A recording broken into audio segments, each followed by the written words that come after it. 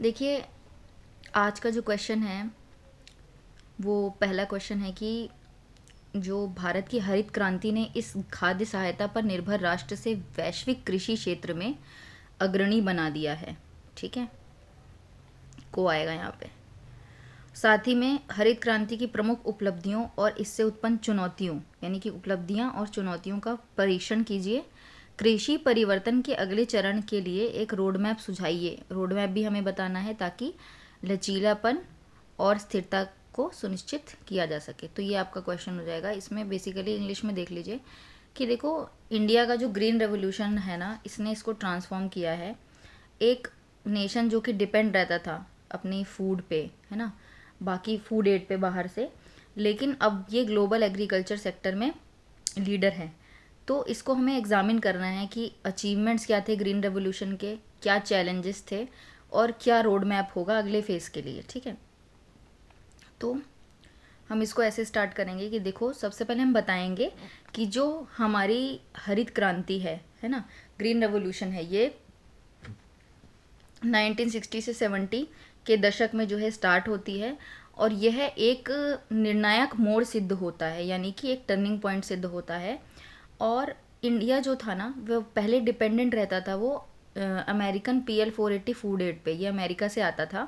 ठीक है, और लेकिन सेल्फ सफिशिएंसी जो है, इसने आत्मनिर्भरता जो है फूड ग्रेन में, यानी खाद्यान्न के प्रोडक्शन में इसने हासिल की थ्रू द इंट्रोडक्शन ऑफ कैसी सीड्स को इंट्रोड्यूस किया गया था, हाई यील्डिंग वेराइटी सीड्स को। ठीक है, और इरिगेशन को एक्सपेंड किया गया। ठीक है, यानी कि हमने सिंचाई में विस्तार किया, उर्वरक, कीटनाशकों और संस्थागत समर्थन हमें मिला, यानी कि इंस्टीट्यूशनल सपोर्ट मिला।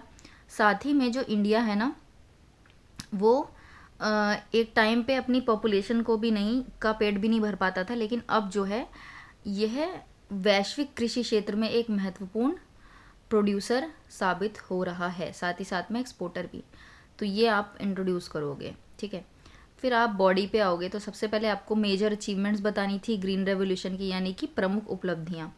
तो फर्स्ट पॉइंट होगा खाद्य आत्मनिर्भरता की प्राप्ति। तो हम बताएंगे कि देखो, 1960 के दशक में जो है भारत था, तो PL-480 USA से ऐड आता था फूड ग्रेन का, तो उस पर डिपेंडेंट रहता था। और जो हरित क्रांति के बाद जो है भारत गेहूं और चावल में भी आत्मनिर्भर बनता है। उदाहरण, अब इसमें आप एग्जाम्पल दोगे कि हमारा जो उत्पादन था गेहूं का 65-66 में 11 मिलियन टन से बढ़कर आज 110+ मिलियन टन है। ठीक है, तो ये अपने आप में एक एग्जाम्पल है कि कैसे हम फूड ग्रेन में सेल्फ सफिशिएंट बनते हैं, साथ ही साथ में एक लीडिंग प्रोड्यूसिंग कंट्री बनते हैं। FCI के माध्यम से बफर स्टॉक प्रणाली मजबूत हुई, साथ में हमारी जो बफर स्टॉक प्रणाली है वो भी मजबूत होती है। सेकंड पॉइंट है हमारा, फर्स्ट पॉइंट हुआ, सेकंड पॉइंट है हमारा कि कृषि उत्पादकता में क्रांतिकारी वृद्धि, यानी कि जो HYV बीज है, ठीक है, ये सीड्स जो होते हैं ये, और साथ ही में केमिकल फर्टिलाइजर्स होते हैं, यानी कि रासायनिक उर्वरक, सिंचाई व यंत्रीकरण यानी मैकेनाइजेशन, है ना, ये सब चीज़ों में बहुत वृद्धि होती है। उदाहरण के लिए हम पंजाब और हरियाणा में गेहूं की उपज जो है 2 से 3 गुना बढ़ती हुई देखी गई। साथ ही साथ में भारत जो है विश्व में राइस का सबसे बड़ा एक प्रोड्यूसर है।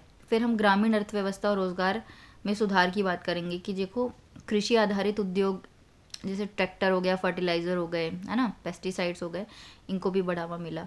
एग्जाम्पल के लिए हम पंजाब हरियाणा में बताएंगे कि जो ग्रामीण समृद्धि है और कृषि अधिशेष है। ठीक है, तो इस तरीके से हम ये सेम यहाँ पे भी वही पॉइंट्स हैं, achievement of food self sufficiency, revolutionary increase in agriculture productivity और improvement in rural economy and employment. ठीक है, फिर हम इंस्टीट्यूशनल फ्रेमवर्क की बात करेंगे, यानी संस्थागत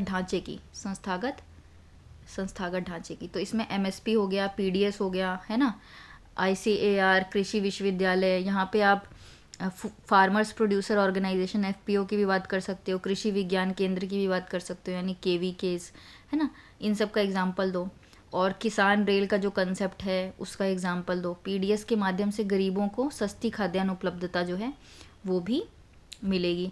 हरित क्रांति द्वारा उत्पन्न चुनौतियाँ, तो क्षेत्रीय असंतुलन यानी कि रीजनल इम्बैलेंस देखा जाता है। अब इसमें हम क्या देखते हैं कि देखो, जो ग्रीन रेवोल्यूशन है उसने ना कुछ सिलेक्टेड स्टेट्स को ही डेवलप किया है एग्रीकल्चर सेक्टर में, और बाकी कई रीजन्स जो हैं वो पीछे रह गए हैं। जैसे कि सबसे ज़्यादा बेनिफिट पंजाब, हरियाणा और वेस्टर्न यूपी को मिलता है, लेकिन जो पूर्वी और मध्य भारत है यानी ईस्टर्न और सेंट्रल, यहाँ पे जो है इसकी बेनिफिट्स अभी तक नहीं पहुँच पाए हैं ठीक से। फिर संसाधनों का ह्रास, ठीक है, इसकी बात करेंगे कि रिसोर्स बहुत डिप्लीट हो रहा है। उदाहरण के लिए जो एनजीटी की निगरानी समिति बनी थी यानी कि मॉनिटरिंग कमेटी, उसने अभी हाल ही में घोषणा की कि वर्ष 2039 तक पंजाब का जो भूजल स्तर होगा 300 मीटर से नीचे चला जाएगा, ठीक है। तो ये एक अच्छा पॉइंट है आपको देने के लिए कि देखो हाल ही में जो है एनजीटी ने एक मॉनिटरिंग कमेटी का गठन किया, उसमें यह बताया कि ये क्वेश्चन आप वाटर क्राइसिस वगैरह या फिर आप एग्रीकल्चर में जहाँ पे भी प्रॉब्लम्स की बात हो तो वहाँ पे एज अ इंट्रोडक्शन भी आप यूज़ कर सकते हो, ठीक है। तो वहाँ पे बताया गया कि पंजाब का जो ग्राउंड वाटर का लेवल है वो 300 मीटर से भी नीचे चला जाएगा 2040 तक। फिर लघु धारकों की भेदता यानी कि जो स्मॉल होल्डर्स होते हैं वो वल्नरेबल हो जाते हैं बहुत ज़्यादा, ठीक है। तो सबसे मोस्ट फार्म्स क्या होते हैं कि ये लो आउटपुट और लो इनपुट और रिस्क प्रोन होते हैं। एग्जाम्पल के लिए 80% से अधिक भारतीय खेत अभी भी लघु धारक मिश्रित फसल प्रणाली पर आधारित है, जिनमें न्यूनतम सुरक्षा प्रावधान है यानी कि मिनिमल सेफ्टी नेट्स हैं, ठीक है। तो ये आपके पॉइंट्स क्या क्या हुए। डेवलपमेंट ऑफ इंस्टीट्यूशनल फ्रेमवर्क, हमने बात की ग्रीन रेवोल्यूशन, चैलेंजेस की बात की हमने जो क्रिएट हुए हैं इसकी वजह से, जैसे regional imbalance, resource depletion, small holders की वल्नरेबिलिटी, ठीक है। फिर पता है क्रॉप डाइवर्सिटी को भी नेग्लेक्ट किया गया। हमने देखा कि पैडी और वीट, पैडी वीट पैडी, बस इसका साइकिल चलता रहता है। और इससे क्या होता है ना कि वीट पैडी साथ में ये ज्वार बाजरा मक्का है ना, यहाँ पे हम अपने आप को जो किसान होते हैं वो लिमिट कर लेते हैं, तो ये गलत है, ठीक है। तो इस वजह से क्रॉप को डाइवर्सिफाई भी करना चाहिए ताकि सॉइल की हेल्थ हो गई है ना, और साथ ही साथ में न्यूट्रिशनल क्वालिटी भी बैलेंस हो, और एक जो एग्रीकल्चर मार्केट है वो भी प्रॉपरली चल पाए। तो सामाजिक आर्थिक असमानता है हमारा नेक्स्ट पॉइंट, जिसमें ये बताया गया कि जो बेनिफिट्स है वो बड़े जो ज़मींदार होते हैं उनके तक लिमिटेड रहता है। उदाहरण के लिए जो टेक्नोलॉजी का एक्सेस हो गया है ना, और सब्सिडीज़ जो होते हैं वो सबसे ज़्यादा डोमिनेंट इलाइट्स को ही फ़ायदा करते हैं। फिर हम निर्यात सुभेदता की बात करेंगे यानी कि एक्सपोर्ट वल्नरेबिलिटी। इसमें क्या है कि ग्लोबल मार्केट्स में जो इंटीग्रेशन होता है जब, तो जो फार्मर्स होते हैं ना वो बहुत सारे ऐसे चैलेंजेस को फेस करते हैं। यहाँ पे आप WTO की भी बात कर सकते हो, एग्रीमेंट ऑन एग्रीकल्चर, जो एक बहुत बड़ा मुद्दा है, ठीक है। तो यहाँ पे हम संरक्षणवाद जो है इसको चैलेंज मिल जाता है, तो हम सपोर्ट नहीं कर पाते हमारे यहाँ के फार्मर्स को, ठीक है। तो ये पॉइंट्स आपको वहाँ पे लिखना है और बताना है। उदाहरण के लिए कि जो 2025 में अमेरिकी टैरिफ से उड़ीसा के $170 मिलियन के झींगा निर्यात, ठीक है, और अन्य लघु स्तरीय वस्तु उत्पादों को खतरा है, यानी कि जो झींगा में क्रैम्प्स होते हैं, शायद श्रिम्प्स, ठीक है, तो उसको जो है ये प्रॉब्लमेटिक मैटर हो गया है। फिर हम बात करेंगे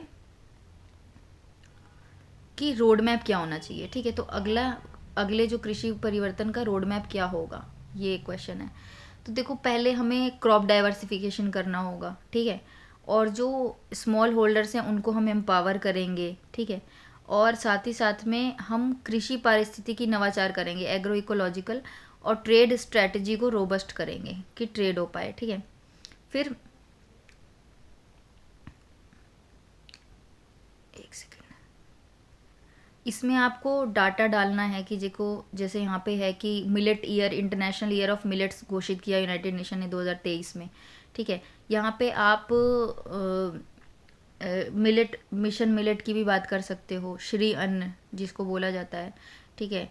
तो साथ ही साथ में आप यहाँ पे सेकंड पॉइंट में आप उदाहरण दे सकते हो कि जो राष्ट्रीय ई गवर्नेंस योजना है, ठीक है, तो इस पहल के ज़रिए क्या होता है कि बेहतर रसद और इनपुट समर्थन के साथ 80% से अधिक जो लघु किसान है उसको लक्षित करने का एम रखना चाहिए, ठीक है।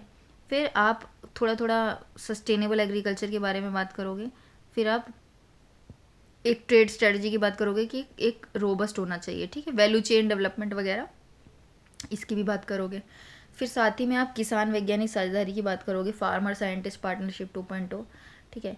क्लाइमेट रिस्पॉन्सिव एग्रीकल्चर यानी क्लाइमेट स्मार्ट एग्रीकल्चर की बात करोगे, सस्टेनेबल इनपुट की बात करोगे, ठीक है। तो इस तरीके से आप एक रोड मैप सुझाओगे। इसमें कुछ और पॉइंट्स आप मेंशन कर सकते हो कि अभी ज़रूरत है इंटीग्रेटेड फार्मिंग करने की, यानी कि इंटीग्रेटेड फार्मिंग वो होती है जहाँ पे आप एक कन्वेंशनल एग्रीकल्चर करते हो, लेकिन साथ ही साथ में आप नेचुरल फार्मिंग वगैरह को भी एक्सेप्ट करते हुए एनिमल हस्बेंड्री, एक्वाकल्चर सब कुछ साथ में करते हो, जिससे और साथ ही साथ में टेक्नोलॉजी का यूज़ करते हुए, ताकि जो किसान है उसकी किसान की आमदनी भी बढ़े, साथ में उसका डिस्ट्रेस भी कम हो, वो स्ट्रेस में भी ना आए, उसका डेट भी कम हो, उसकी इनकम भी बढ़े, साथ ही साथ में उसका ओवरऑल हॉलिस्टिक डेवलपमेंट हो पाए फार्मर का। तो इसलिए आप इंटीग्रेटेड फार्मिंग की भी बात करोगे। और भी यहाँ पे बहुत सारी स्कीम्स जैसे डिजिटल एग्रीकल्चर मिशन, और यहाँ पे accelerated agriculture accelerated startup scheme, और आप यहाँ पे कृषि विज्ञान केंद्र हो गए, है ना, फार्मर्स प्रोड्यूसर ऑर्गेनाइजेशंस हो गए, और किसान रेल की बात करोगे, हाल ही में बिहार में मखाना बोर्ड की स्थापना हुई, ठीक है, और फूड प्रोसेसिंग इंस्टीट्यूट की भी स्थापना हुई, उसकी भी बात करनी है हमें, ठीक है। तो आप बजट में ये सब चीज़ें जो है अनाउंस हुई थी, तो इन चीज़ों को भी मेंशन करना है। साथ ही साथ में जियो स्पेशल टेक्नोलॉजीज़ के बारे में बात करो, ठीक है, कि कैसे इसरो के थ्रू भी बहुत हद तक यहाँ पे हेल्प होती है, जैसे कि प्रोजेक्ट चमन हॉर्टिकल्चर के लिए था, ठीक है, और अभी क्रॉप्स एक्सपेरिमेंट है जिसमें कि ऊपर स्पेस में प्लांट उगाने के लिए कोशिश की जा रही है। तो इन चीज़ों से भी हम एक इंसाइट ले सकते हैं ना एग्रीकल्चर में। और साथ में मिशन मौसम की बात करोगे, जो कि स्मार्ट वेदर फोरकास्टिंग सिस्टम है, ठीक है, और आप नमो ड्रोन दीदी योजना की बात करोगे, तो बहुत चीज़ें लिखने के लिए आप वो सारी चीज़ें मेंशन करो। फिर लास्ट में इसको कंक्लूड करना है आपको कि देखो, ग्रीन रेवोल्यूशन जो है इसने भारत को खाद्य सुरक्षा का आधार दिया है, यानी कि फाउंडेशन दिया है, लेकिन इसकी कुछ सीमाएं भी हैं। और भविष्य की कृषि को जो है उत्पादकता यानी प्रोडक्टिविटी, स्थिरता यानी रेजिलियंस, और लचीलापन इंक्लूसिवनेस, इसकी ट्रिनिटी के साथ चलना चाहिए, ठीक है। और साथ ही साथ में ये टेक्नोलॉजिकल असिस्टेंस जब इसको मिलेगी तो भारत को सतत खाद्य एवं पोषण सुरक्षा की दिशा में अग्रणी बनाएगी। तो ये आपका फर्स्ट क्वेश्चन हो गया। फिर आप सेकंड क्वेश्चन में आपको क्या डिस्कस करना है कि भारत में कृषि उत्पादों के विपणन की अपस्ट्रीम और डाउनस्ट्रीम प्रक्रियाओं में आने वाली प्राथमिक चुनौतियों पर चर्चा कीजिए, ठीक है। तो इसमें एक सेकंड, आपको क्या करना है कि अपस्ट्रीम और डाउनस्ट्रीम दोनों प्रोसेस जो है एग्रीकल्चर प्रोडक्ट मार्केटिंग पे, उस पे आपको उसके चैलेंजेस पे बात करनी है, ठीक है। फिर अब हम इसको कैसे स्टार्ट करेंगे, हम बताएंगे कि देखो, जो कृषि है वो केवल प्रोडक्शन तक लिमिटेड नहीं है, ठीक है, बट उसका एक बहुत कॉम्प्रिहेंसिव यानी कि व्यापक वैल्यू चेन प्रोसेस भी होता है, ठीक है। और ये इसी एंटायर ये पूरी इंटायर इसकी चेन होती है, ये इनपुट सप्लाई से लेकर डिलीवरिंग, जब तक प्रोडक्ट जो है वो कंज्यूमर के पास नहीं पहुंच जाता तब तक ये चलता है।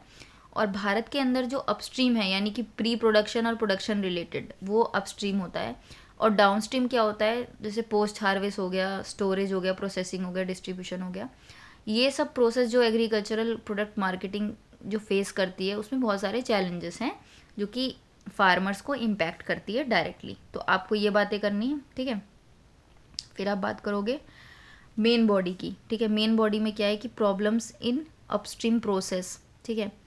तो अब हम पहले अपस्ट्रीम प्रोसेस की बात बताएंगे। तो पहली चीज़ है कि देखो, जो एपीएमसी मंडी है, ठीक है, यहाँ पे रिस्ट्रिक्शंस होते हैं, ठीक है। तो फार्मर्स जो होते हैं उनको फोर्स किया जाता है अपने प्रोड्यूस को एपीएमसी मंडी में सेल करने के लिए, ये इवन अगर उसको प्राइवेट मार्केट में ज़्यादा अर्निंग हो रही हो तब भी। तो ये एक दिक्कत है। फिर बाजार संबंधी अपर्याप्त जानकारी होती है ना। ये आई थिंक, एक सेकंड रुकना,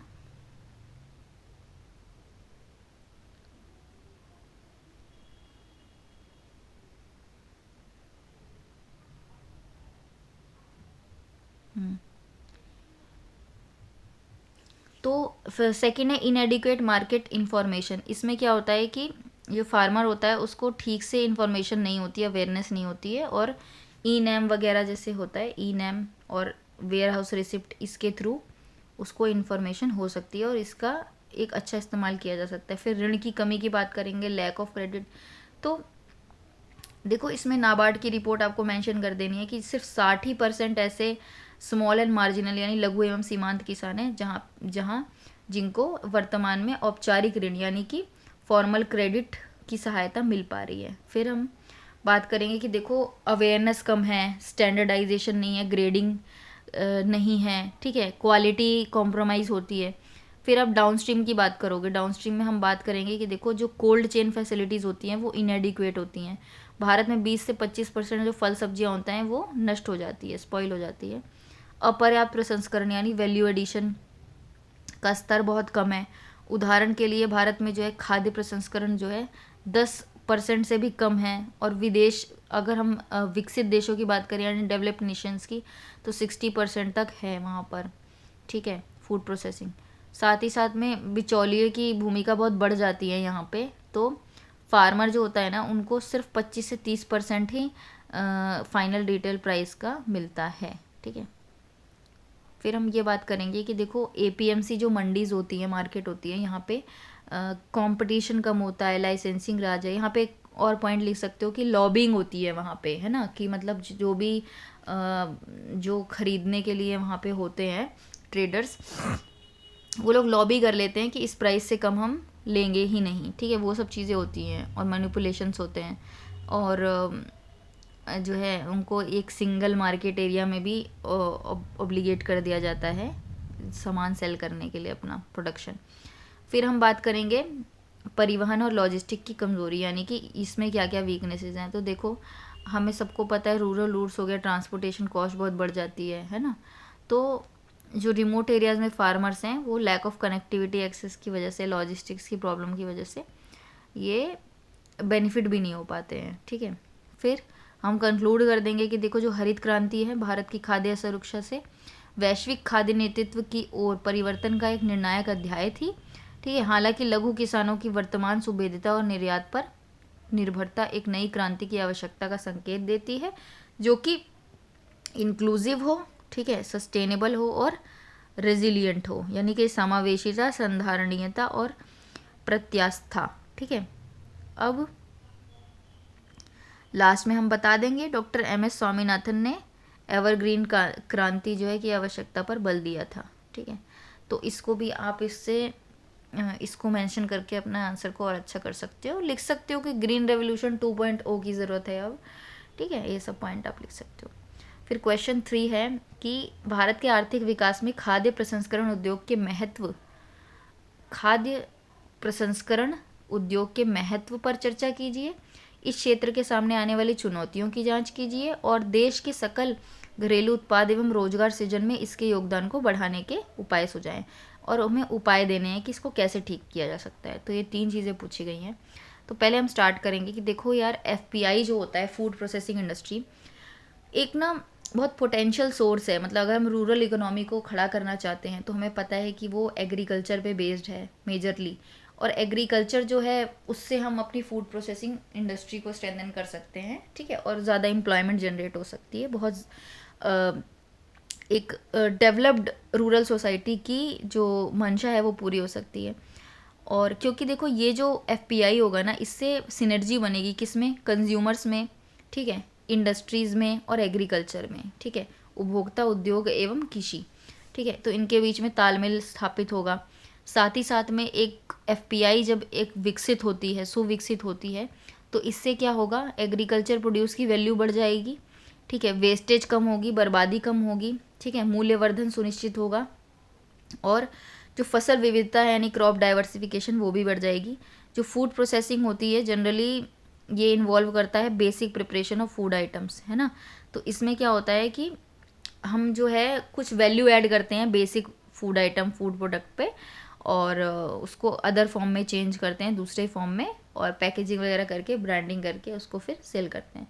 तो इसमें हमने थोड़ा सा इंट्रोड्यूस कर दिया। फिर हम मेन बॉडी पे आते हैं। तो देखो भारत के आर्थिक विकास में खाद्य प्रसंस्करण उद्योग का महत्व। तो सबसे पहले हम बताएंगे कि देखो रोजगार सृजन एक बहुत इंपॉर्टेंट है कि एम्प्लॉयमेंट जनरेट होता है ना, क्योंकि यहाँ पे बहुत ज़्यादा अपॉर्चुनिटीज़ हैं, है ना।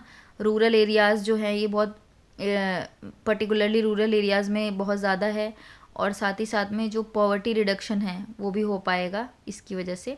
एग्ज़ाम्पल के लिए हम दे सकते हैं कि जो ministry of food processing industry है, इसका एस्टिमेट है कि जो है ये जो एफपीआई सेक्टर है ये डायरेक्टली जो है 1.93 मिलियन पीपल को एम्प्लॉयमेंट प्रोवाइड करता है, और इससे क्या होता है कि रूरल वर्कफोर्स भी बढ़ जाते हैं और small scale food processing unit में भी बढ़ोतरी होती है।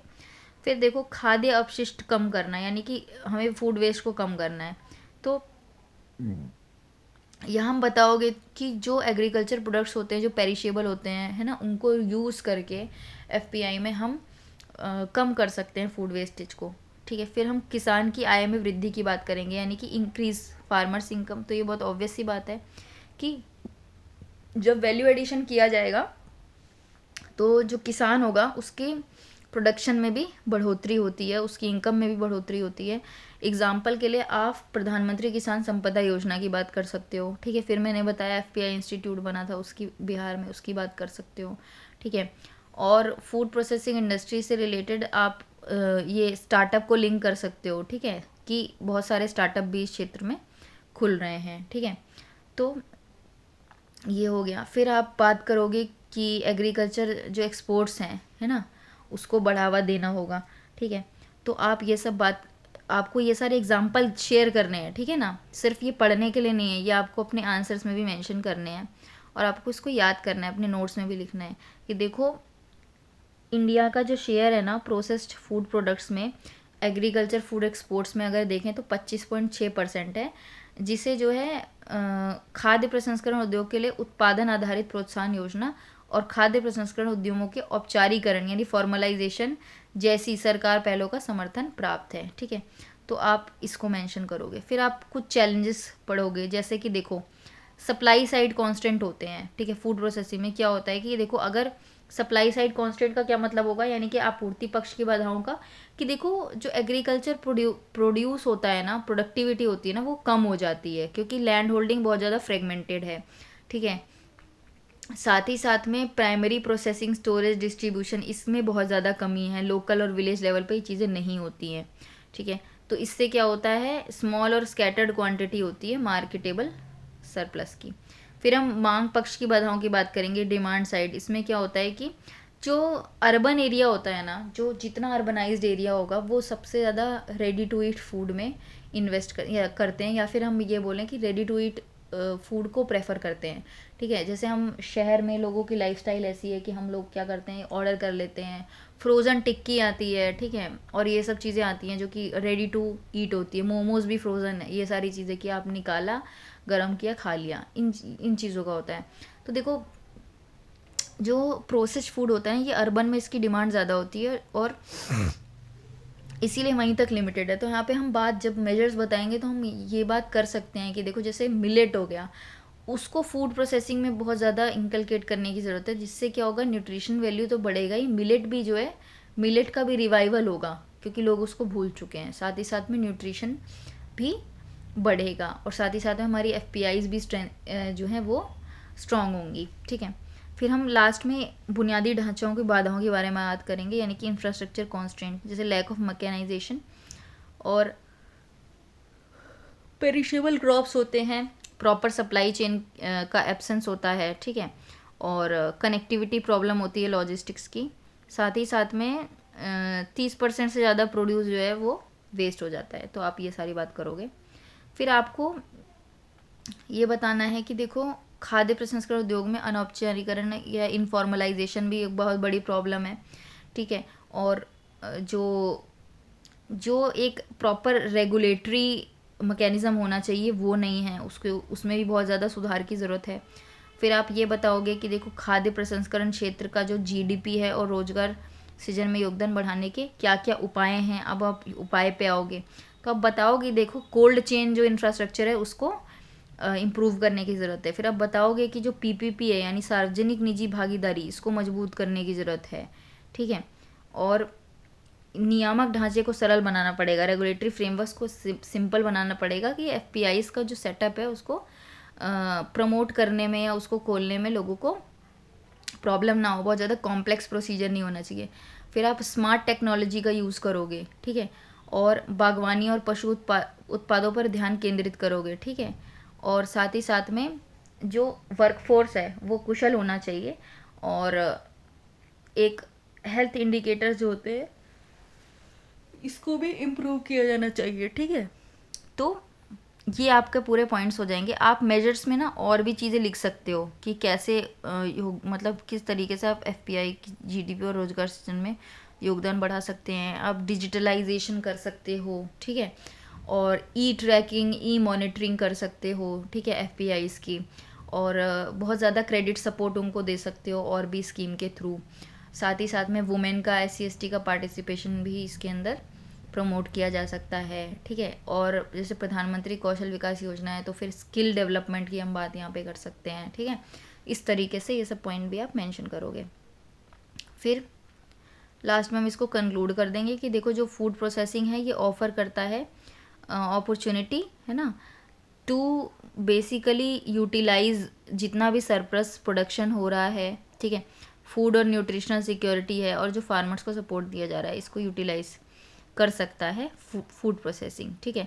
तो इसीलिए जो एक ग्लोबल इकोनॉमी का पार्ट बन गया है, और agrarian country, as an agrarian country हमें जो ध्यान देना होगा जो क्षमताएं हैं हमारी खाद्य प्रसंस्करण उद्योगों में, और साथ ही साथ में जो गांव हैं उसको आत्मनिर्भर बनाना, और साथ ही साथ में उद्योगों को प्रमोट करना रूरल लेवल पर, ठीक है। और इससे क्या होगा कि इंडिया की जो जीडीपी में कंट्रीब्यूशन है वो भी बढ़ेगी, और साथ ही साथ में अगर हम 5 ट्रिलियन इकोनॉमी बनना चाहते हैं, ठीक है, तो उसके लिए हमें खाद्य प्रसंस्करण उद्योगों को भी जो है उसको उस पर भी ध्यान देना होगा। साथ ही साथ में फार्मर्स की इनकम भी डबल होगी।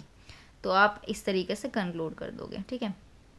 फिर आपका क्वेश्चन, ये आपका क्वेश्चन 3rd था, अच्छा। फिर आप क्वेश्चन 4th एक्सप्लेन करोगे कि देखो भारत में कृषि वस्तुओं की आपूर्ति श्रृंखला प्रबंधन के क्षेत्र तथा महत्व की विस्तार से व्याख्या कीजिए, ठीक है। तो आपको इसमें क्या करना है, डिटेल में बताना है कि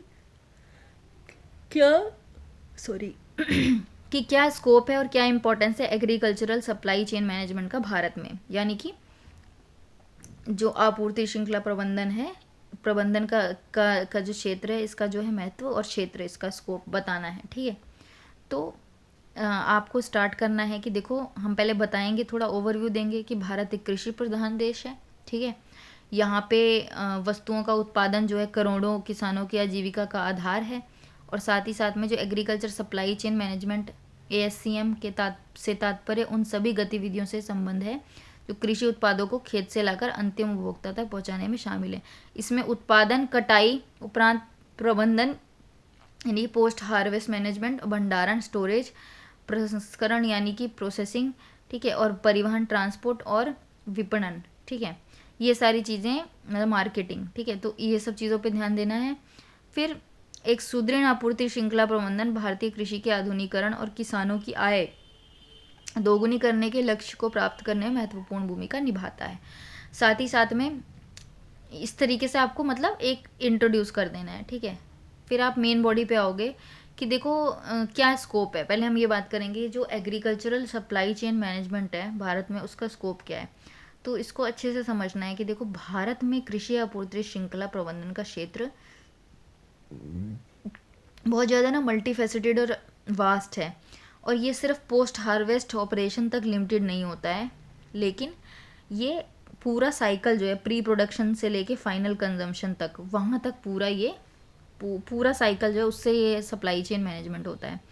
फिर हम इनपुट की बात करेंगे, इनपुट सप्लाई में क्या क्या आता है हम जानते हैं, बीज, उर्वरक, कीटनाशक और जो इक्विपमेंट्स होते हैं यानी कि एग्रीकल्चरल इक्विपमेंट्स, तो कृषि उपकरण, साथ ही साथ में क्रेडिट, इन सब चीज़ों की बात करनी है हमको इनपुट सप्लाई में। फिर हम बात करेंगे उत्पादन यानी प्रोडक्शन, और कटाई यानी कि हार्वेस्टिंग। तो इसमें जो है कृषि तकनीकों का चुनाव करना, फसल लगाना, उसकी देखभाल और फिर कटाई की प्रक्रिया शामिल है। कुशल कटाई उपरांत प्रबंधन उपज के नुकसान को कम करता है। फिर हम एग्रीगेशन की बात करेंगे, यानी कि जो छोटे और सीमांत किसानों की बहुलता के कारण उनकी उपज को बड़े पैमाने पर एकत्र करना एक महत्वपूर्ण कदम है, ठीक है। इसमें हम FPOs की भूमिका की बात करेंगे। फिर हम प्रसंस्करण और मूल्य संवर्धन यानी कि प्रोसेसिंग और वैल्यू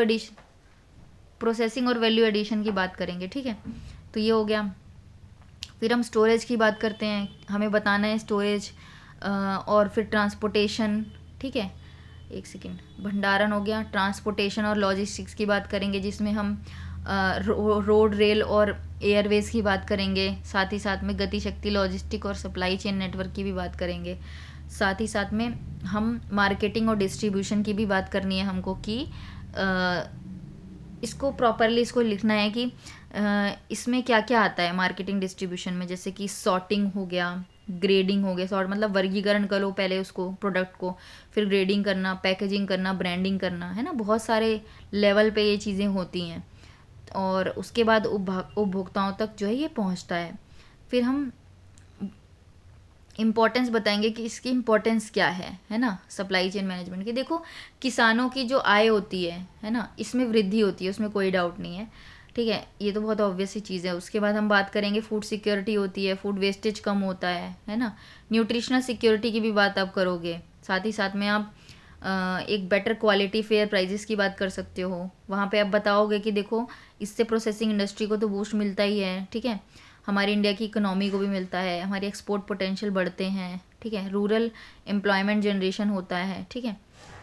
और लास्ट में आपको कंक्लूड कर देना है। कैसे करोगे कि देखो, कृषि जो है, कृषि आपूर्ति श्रृंखला प्रबंधन यानी एग्रीकल्चर सप्लाई चेन मैनेजमेंट जो है, इससे इंडिया का एग्रीकल्चर प्रोडक्शन सेंट्रिक से मार्केट सेंट्रिक बन सकता है, ठीक है, जो कि बहुत ज़रूरी है। यानी कि ये एक अच्छा कीवर्ड है और आपको इसको याद करना है। उत्पादन केंद्रित से बाजार केंद्रित बनाना है हमको, ठीक है। डिजिटल तकनीक, सार्वजनिक निजी भागीदारी और संस्थागत सुधारों यानी कि डिजिटल टेक्नोलॉजी और पीपीपी मॉडल, और साथ ही साथ में इंस्टीट्यूशनल रिफॉर्म्स के माध्यम से एक कुशल, पारदर्शी और लचीली आपूर्ति श्रृंखला विकसित कर भारत किसानों की आय को डबल कर सकता है। साथ ही साथ में जो खाद्य अपव्यय घटाने और सतत आर्थिक विकास के लक्ष्यों को प्राप्त कर सकता है। यानी कि जो फूड वेस्ट हम वेस्ट कर रहे थे ना, फूड जो वेस्ट कर रहे थे वो भी कम हो जाएगा, और हम एक सतत जो डेवलपमेंट है, यानी कि सतत विकास की अरे क्या बोलते हैं उसको, सतत विकास का जो विजन है उसको हम पा सकते हैं, ठीक है। तो यहाँ आपके चारों क्वेश्चन डिस्कस हो जाते हैं, ठीक है। लिखो आप अच्छे से चारों क्वेश्चंस को, सुनो, एग्जाम्पल्स नोट करो, डाटा नोट करो, शॉर्ट नोट्स बनाओ, आंसर लिखो, कॉपी इवेलुएट कराओ, ठीक है। और फिर अगली जो कॉपी इवेलुएट होती है उसमें आप कोशिश करो कि आप उन गलतियों को ना दोहराएं जो आपसे हो चुकी हैं पुराने टेस्ट में।